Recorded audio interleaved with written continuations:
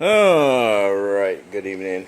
It's April 8th, and I figured I'd better come out and start working on the LSA upgrade.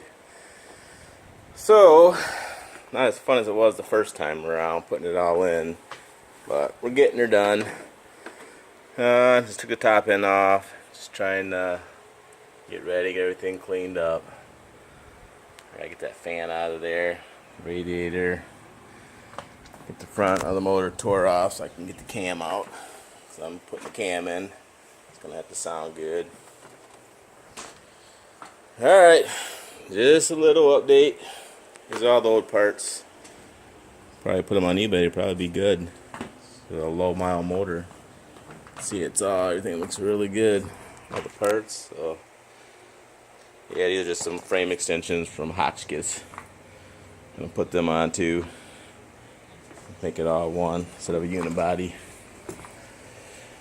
Alright, there's the pile of parts that are going to go in.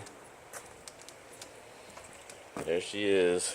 We'll get her in. I'm going to do a little bit of research though. I think I need, he's talking about some 5/16 dowels or something that holds the lifters up. This is all enclosed, so I can't really get to the lifter. So make that front of that motor apart and get this radiator out. Let's see what we got.